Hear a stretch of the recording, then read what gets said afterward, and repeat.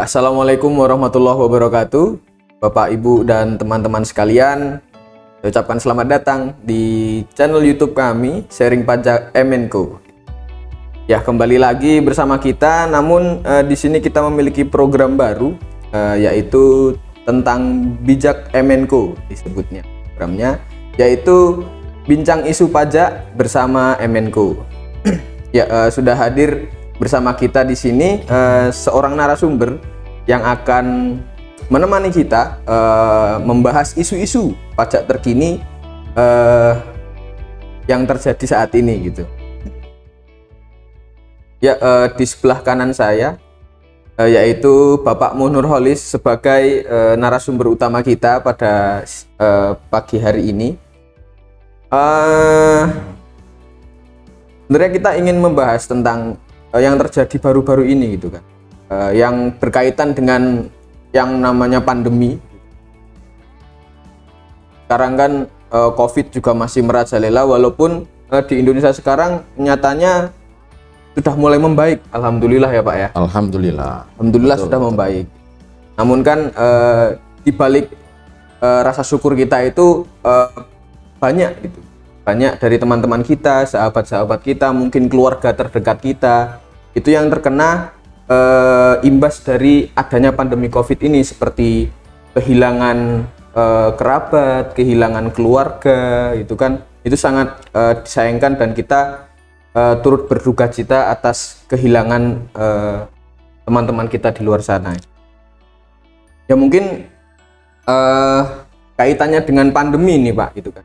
Saya penasaran nih gitu kan, karena kan ketika kita misalnya nih ditinggalkan oleh seseorang gitu kan, apalagi keluarga kita gitu kan, pasti kita itu ditinggali yang namanya istilahnya titipan ataupun warisan dari orang-orang yang sudah lebih dulu meninggalkan kita itu. Nah, itu kalau dalam perpajakan itu sendiri sebenarnya warisan ini perlakuan pajaknya itu seperti apa gitu. Baik, terima kasih ya Mas Faril ya sudah mengajak saya untuk berbincang berkenaan dengan salah satu imbas dari pandemi ini. Kan banyak orang yang kemudian kehilangan orang tuanya, padahal selama ini ya mereka bergantung 100% kepada orang tuanya. Nah, ketika orang tua ini kemudian meninggal, maka mereka kebingungan nih ya, kebingungan dalam mencari penghasilannya, dan kebingungannya pun dalam kaitan dengan pajak adalah bagaimana laporan-laporan pajaknya. Nah, ini yang perlu kita bahas ya pada kali ini ya, pada episode kali ini. Baik ya teman-teman semuanya dan Mas Faril, di undang-undang pajak kita berkaitan dengan subjek pajak ya, dengan orang yang meninggal ini sudah ada pengaturannya. Ada pengaturannya. Kita bisa lihat di dalam pasal 2 ya, pasal 2 Undang-Undang Pajak Penghasilan kita mengatur siapa saja yang menjadi subjek pajak ya. Lebih tepatnya, lebih enaknya mungkin saya akan pakai coret-coretan ya, biar teman-teman semuanya bisa lebih paham ya. Jadi di Undang-Undang Pajak kita yang namanya subjek pajak. Subjek pajak. Nah, definisi dari subjek pajak adalah pihak-pihak yang oleh undang-undang dikenai kewajiban untuk membayar pajak. Nah, sebelum meninggal orang tua ini, setiap bulannya beliau sudah membayar kewajiban pajaknya yang ditutup dengan akhir tahun melaporkan SPT tahunan ya. Nah, undang-undang menganggap siapa subjek pajak ini? Yang pertama adalah orang ya, orang pribadi ya. Yang berikutnya masih termasuk dalam golongan orang itu adalah warisan yang belum terbagi. Warisan yang belum terbagi menggantikan, jadi kalimatnya ada lanjutannya adalah menggantikan yang berhak ya. Warisan yang belum terbagi sebagai satu kesatuan ya, ada tambahannya ya, sebagai satu kesatuan ya. Artinya selama belum dibagi, maka tidak boleh ada pihak-pihak yang mengehai ya, tidak boleh ada pihak yang merasa oh itu punya saya, nggak bisa. Ini masih milik satu kesatuan dari orang-orang yang ditinggalkan oleh pewarisnya, oleh orang tuanya ya. Jadi ini juga subjek pajak tersendiri sebetulnya. Orang yang hidup itu subjek pajak, Kemudian ketika orang yang hidup ini meninggal, nah kemudian aset yang dia tinggalkan ini kan masih ada kemungkinan menghasilkan penghasilan, ya. Nah, undang-undang ini, negara ini kan merasa sayang nih, ada penghasilan, kok nggak ada pajaknya? Maka agar bisa dipajaki, maka dimunculkanlah yang namanya subjek pajak pengganti. Ya, jadi yang poin 2 ini sebutannya adalah subjek pajak pengganti, ya, subjek pajak pengganti. Pengganti, ya. Jadi walaupun si orang tuanya sudah meninggal, maka pemenuhan kewajiban pajaknya tidak lantas berhenti. Dia akan dilanjutkan, ya, oleh subjek pajak yang menggantikannya, yang namanya warisan yang belum terbagi ini. Ini diatur dalam undang-undang pajak kita, ya. Nah, hanya saja yang jadi pertanyaan adalah apakah pajak-pajak si orang yang sudah meninggal itu masa lalunya itu bisa diungkit-ungkit lagi? Bisa nggak dikejar lagi itu? Ya, itulah yang mungkin akan menjadi isu yang nanti akan banyak, ya, terkena orang-orang yang ditinggalkan oleh orang tuanya di situ. Jadi intinya adalah kewajiban pajak si orang yang meninggal itu dilanjutkan. Pemenuhan kewajiban pajaknya dilanjutkan, ya, oleh yang namanya warisan yang belum terbagi. Itu Mas Faril kira-kira. Baik Pak Nur. Jadi berarti untuk kewajiban perpajakannya itu digantikan, ya, subjeknya itu. Ya, pemenuhannya digantikan, ya. Hanya saja yang perlu kita lihat di sini adalah ada masa-masa yang harus kita perhatikan. Ini sangat penting, ya, teman-teman semuanya harus perhatikan. Karena di lapangan masih banyak treatment yang menurut saya itu salah. Yang seharusnya tidak dipajaki, ini dikenai pajaknya. Ini nggak boleh, ini melanggar undang-undang. Bahwa pajak itu menurut pasal 23 Undang-Undang Dasar 45 harus diambil, harus dipungut, harus dikenakan berdasarkan undang-undang. Ketika undang-undang pajak mengatakan itu tidak kena, ya jangan dikenakan. Itu berlebihan. Ya. Oke, sekarang kita lihat, ya. Misalnya nih, ini ada orang tua nih, ya. Orang tua ini sudah punya usaha sejak tahun sebelumnya sampai dengan misalkan tahun 2020. Ya. Wafat sekitar bulan Agustus misalnya. Agustus ini wafat, meninggal dunia. Ya. Nah, kondisi meninggal ini meninggalkan banyak aset, banyak usaha. Walaupun beliau meninggal, usaha masih jalan, aset masih menghasilkan. Lalu atas penghasilan ini bagaimana nasibnya? Apakah pajak bisa mengenakan? Nah, ini yang perlu kita lihat, ya. Agustus meninggal. Nah, di pasal 2A, ya, perlu kita lihat pasal 2A Undang-Undang PPH. Undang-Undang Pajak Penghasilan. Itu mengatur tentang kapan kewajiban subjektifnya itu dimulai dan diakhiri. Kalau kewajiban subjektif berakhir, maka seluruh hak dan kewajiban pajak selesai. Dia nggak punya kewajiban bayar pajak lagi, nggak bisa dikejar-kejar lagi, nggak bisa diminta untuk pembetulan SPT. Orangnya sudah nggak ada. Nah, pasal 2A ini mengatur di ayat 1 kelihatannya, ya, Mas Faril, ya. Di situ dikatakan bahwa kewajiban pajak subjektif, ya, kewajiban pajak subjektif, ya, artinya dia bisa dikenai berdasarkan undang-undang untuk bayar pajak, ya, itu dimulai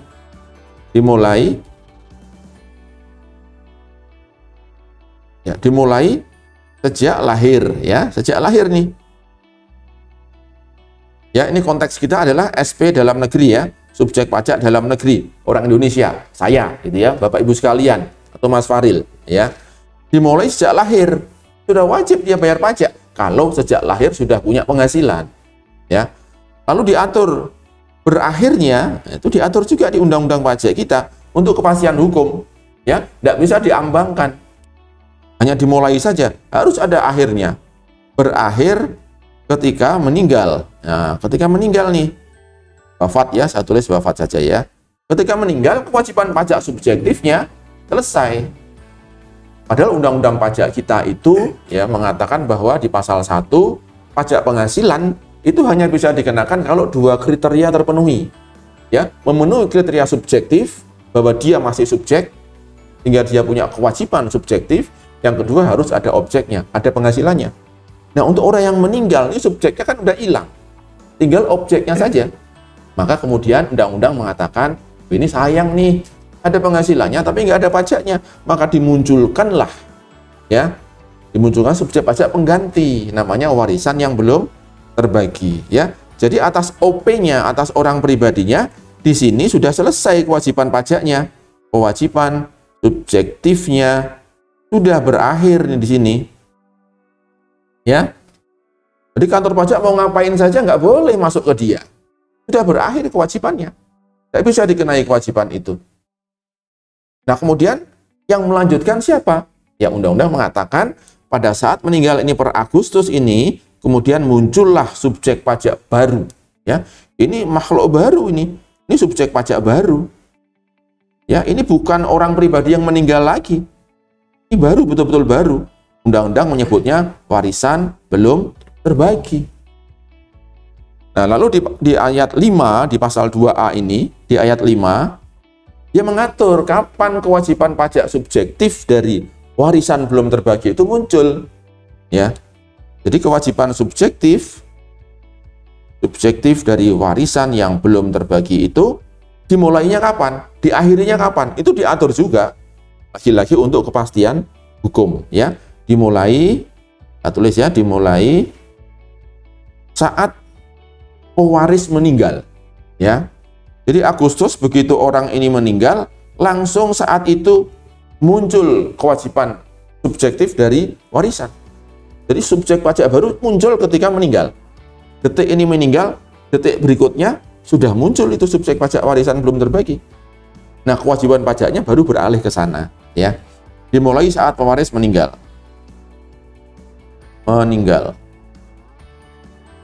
Oke, ya. Lalu berakhir ini juga diatur, ya.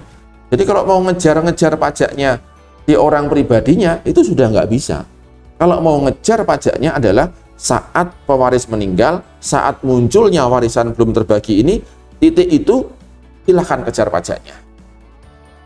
Tapi masa lalu, pajak-pajak masa lalu sudah nggak bisa, sudah berakhir kewajiban pajaknya di Agustus ini. Ini udah tutup buku nih, orang ini nggak bisa diapa-apain lagi. Sudah wafat, biar tenang di alam baka di sana. Jangan diganggu, gitu ya. Jangan diganggu, Mas, ya. Ya. Doakan yang baik, ya. Iya. Biar investasinya jadi pahala di sana. Jangan dikejar-kejar pajak gitu ya. Nah, ini bahaya nih ya. Nah, berakhirnya adalah saat warisan dibagi, ya. Ini saat warisan dibagi. Ya.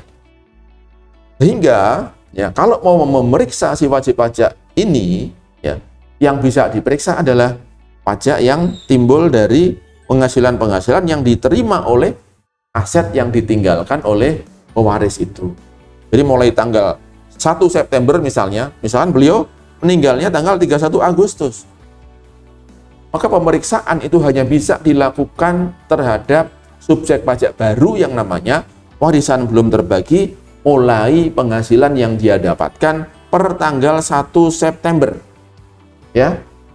Hari setelah beliau meninggal, maka hitung nih hasil usaha swalayanya berapa. Itu dibayar bukan oleh orang pribadi yang wafat, dibayar bukan oleh ahli warisnya. Ya, karena belum dibagi itu ahli warisnya bukan nggak ada urusan itu. Ya, itu subjek pajak yang beda. Dari warisan yang belum terbagi ini menjadi subjek pajak khusus. Maka ahli waris punya kewajiban. Begitu tanggal 31 meninggal, ya, tanggal 1 dia sudah bisa lapor ke kantor pajak. Menyampaikan akte kematian, kemudian merubah data NPWP. Yang tadinya orang pribadi Mr. X itu menjadi warisan yang belum terbagi, tetap namanya Mr. X. NPWP-nya tidak berubah. Jadi hanya statusnya saja itu sebagai warisan yang belum terbagi. Nah, siapa yang mengajukan ke kantor pajak? Ya salah satu ahli warisnya. Ya, mewakili ahli waris yang lain sebagai satu kesatuan ini, ya. Jadi yang bisa dikejar adalah warisan yang belum terbagi. Yang bisa diperiksa adalah warisan yang belum terbagi. Sementara si orang pribadinya itu nggak boleh. Gitu, Mas Faril, ya. Oke, ada yang mau ditanyakan kembali, Mas Faril? Oke, selanjutnya ini Pak Nur, saya penasaran ini gitu. Sepemahaman saya gitu kan, ketika si orang yang sudah meninggal ini itu kan meninggalkan harta warisan, tetapi di samping harta warisan dia juga meninggalkan hutang-hutang pajak di bulan-bulan sebelumnya atau ada di tahun hutangnya, ya? berikutnya ada hutangnya, dia punya hutang yang harus wajib dibayar gitu. Ya, tapi dia keburu meninggal gitu ya. Iya, tapi Ya untungnya anak-anaknya ingat di situ. Ya utang kepada manusia saja kan harus diselesaikan. Ya kepada teman-temannya, kepada tetangganya diselesaikan. Nah negara ini kan juga entitas ya. Nah ketika dia merasa punya utang kepada negara harus diselesaikan. Tapi bukankah tadi kan Pak Nur juga menjelaskan gitu kan, ketika seorang wajib pajak itu sudah meninggal gitu kan, berarti kan kewajiban-kewajibannya selesai di situ. Ya, betul. Utang kan juga berupa kewajiban tuh. Oke, bagus pertanyaannya ya Mas Faril ya. Jadi begini, kita bedakan ya, bedakan orang meninggal tanpa hutang pajak dengan orang yang meninggal dengan hutang pajak. Treatmentnya berbeda di sini, ya. Ya mudah-mudahan kita semua nanti dipilihkan ya kejadian yang paling baik ya, yang paling menguntungkan gitu ya. Yang pertama kejadiannya adalah ini titik meninggal ya, tanggal 31 Agustus misalnya, ini wafat, si pewarisnya wafat. Nah, ketika wafat nih misalnya ya, misalnya ada penghasilan yang tidak dia laporkan nih, penghasilan yang tidak dilaporin ya, tidak lapor ya, misalnya 1 miliar ya, kewajiban pajaknya harusnya ya, PPh terutangnya ya, misalnya 200 juta. Nah, atas orang yang wafat ini sudah siap-siap ngitung nih, dia mau pembetulan SPT ya, ketika dia baru ngitung uangnya, wafat, kaget. Misalnya ya, ekstrimnya begitu. Nah, kejadian yang kedua adalah, ini belum sempat bayar, belum diperiksa gitu ya. Ya, hitungan 200 itu baru self assessment-nya dia. Nah, bedanya adalah kalau ini wafatnya wafat ya di sini ya. Wafat, ini sudah diperiksa nih. Sudah diperiksa kondisinya oleh kantor pajak ya, bukan oleh dokter ya, oleh kantor pajak. Lalu keluarlah SKP kurang bayar 200 juta ya. Nah, ini kondisinya beda ya. Nah, kalau yang kedua ini sebelum wafat dia meninggalkan kewajiban pada negara. Ini namanya tunggaan pajak nih, tunggaan ya. Sudah inkrah, sudah ada penetapannya, sudah ada SK-nya begitu. Ini inkrah. Ya, artinya dia sepakat juga bahwa itu ada tagihan. Tapi yang di atas tadi, yang pertama tadi, dia belum diperiksa. Dia baru berencana saja kan, belum berencana nanti mau pembetulan SPT. Tahu-tahu wafat. Maka untuk yang di atas ini nggak bisa dialihkan kewajibannya. Karena nggak ada utang. Ya belum inkrah. Ya, jadi ini tidak bisa dialihkan. Tidak bisa dialihkan. Ya, nggak bisa dikejar lagi. Harus ikhlas negara ini. Harus ikhlas. Karena kewajiban subjektifnya sudah hilang. Sudah selesai. Tapi yang kedua, yang kondisi yang kedua ini, kewajiban subjektifnya sudah ditetapkan sebelum dia meninggal. Oh, kamu sudah terutang ini, ya. Maka ini bisa dialihkan nih. Dialihkan. Nah, ini kebetulan tahun 2020 ya, kalau nggak salah PMK itu, ada PMK baru terkait penagihan utang pajak. PMK 189 kalau nggak salah ya. Mohon dikoreksi ya kalau nanti salah ya. Ya. Nah, di PMK ini diatur nih untuk yang ada tunggaan pajak. Ya, kalimatnya jelas di sana. Kalau wajib pajak meninggal, ada tunggaan pajak. Tunggaan pajak itu definisinya, kalau kita lihat di Undang-Undang Penagihan Pajak. Di pasal 1, tiap undang-undang itu kan pasti ada pengertian-pengertiannya. Nah, tunggaan pajak itu adalah penetapan pajak oleh kantor pajak. Ada pokoknya, ada sanksinya. Berarti tunggaan pajak itu definisinya adalah SKP kurang bayar, atau STP di situ, ada penetapannya dari pemerintah, dari kantor pajak. Nah, inilah yang bisa dialihkan karena sudah inkrah di situ, ada SK-nya, ya. Nah, dalam PMK ini dikatakan begini, bahkan begini, ini luar biasa ya. Jadi kalau warisan itu belum dibagi, maka tunggaan pajak ini bisa diambil dari warisannya. Ambil.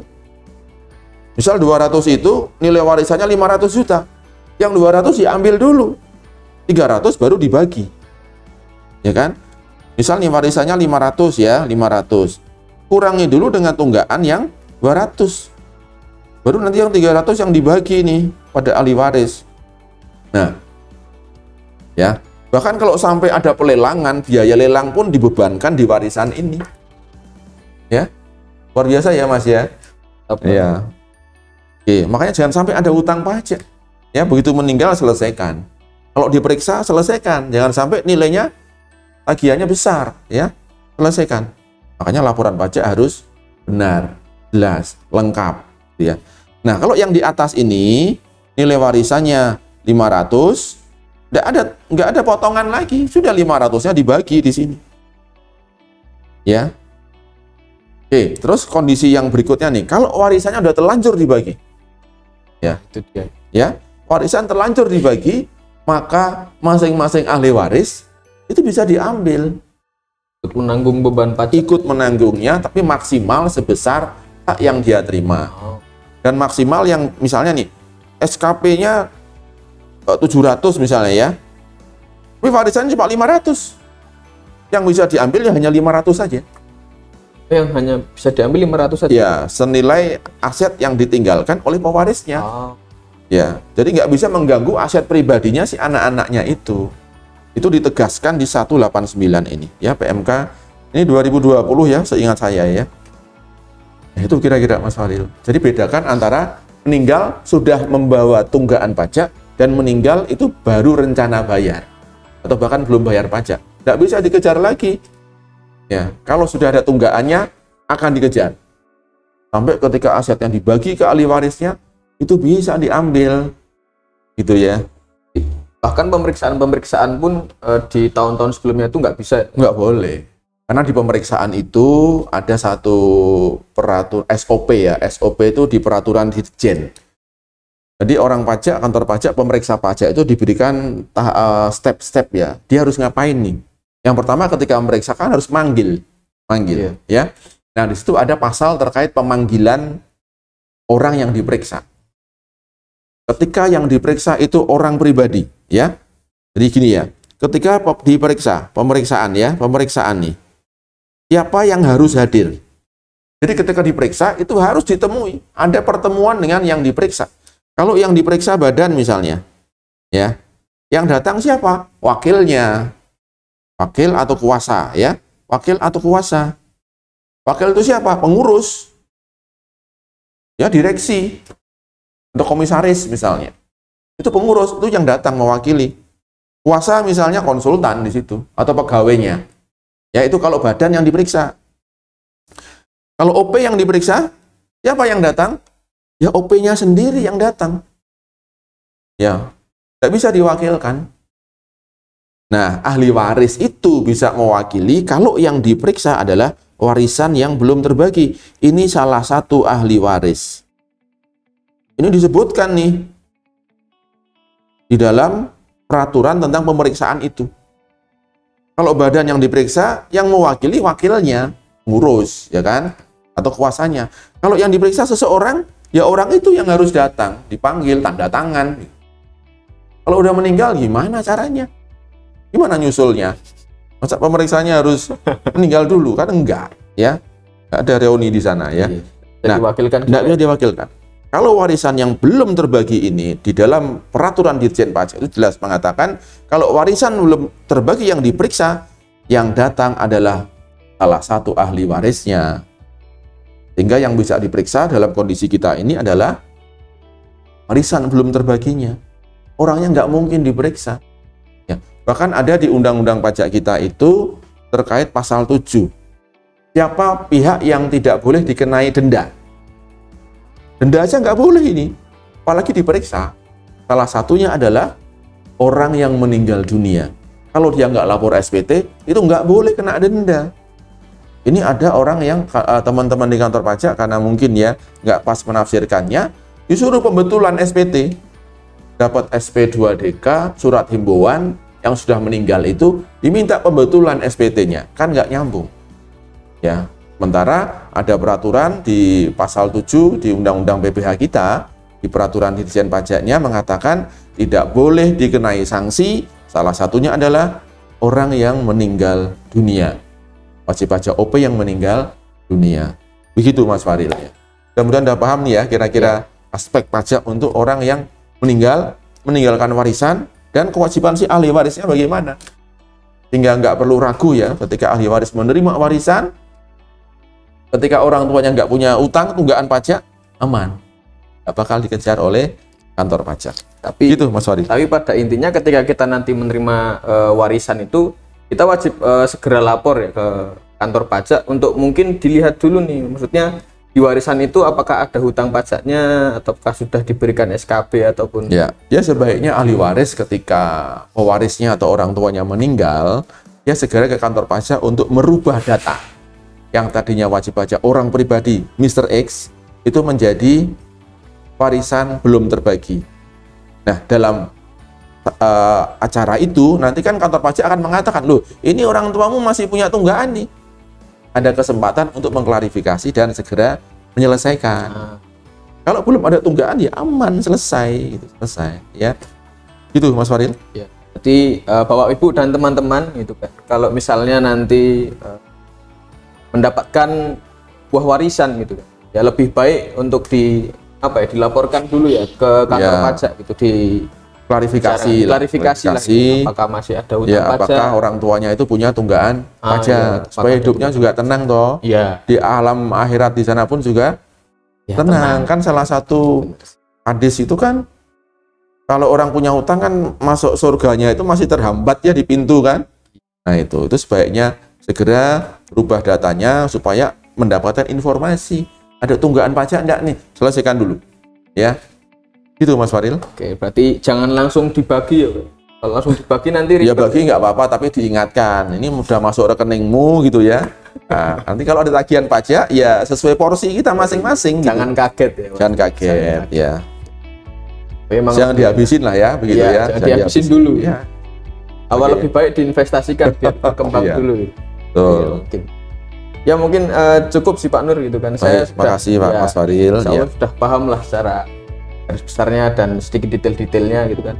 Mungkin dari teman-teman sekalian ada yang ingin menanyakan lebih lanjut kepada Pak Nur gitu kan, bisa langsung komen di bawah saja gitu kan. Nanti Pak Nur akan insya Allah akan membalas ya Pak Nur ya. Kita akan balas setiap pertanyaan, insya Allah kita sempat ada waktu kita balas ya. Nanti mungkin kalau ada isu-isu menarik gitu kan, teman-teman punya isu-isu menarik, bisa juga komen di bawah, nanti akan diusulkan isu apa yang mau kita bahas ya. Baik. Nanti akan kita angkat di bincang isu terkait pajak bersama MNCo. Ya mungkin cukup sekian Pak Nur, terima kasih banyak. Sama-sama Mas Fadil. Bisa meluangkan waktunya pada pagi hari ini. Sangat menyenangkan sekali dan sangat bermanfaat. Semoga diskusi kita pada pagi hari ini bisa bermanfaat bagi masyarakat luas ya Pak Nur. Baik. Ya, mungkin cukup sekian dari kami ya. Terima kasih atas perhatiannya. Sekian, assalamualaikum warahmatullahi wabarakatuh. Waalaikumsalam.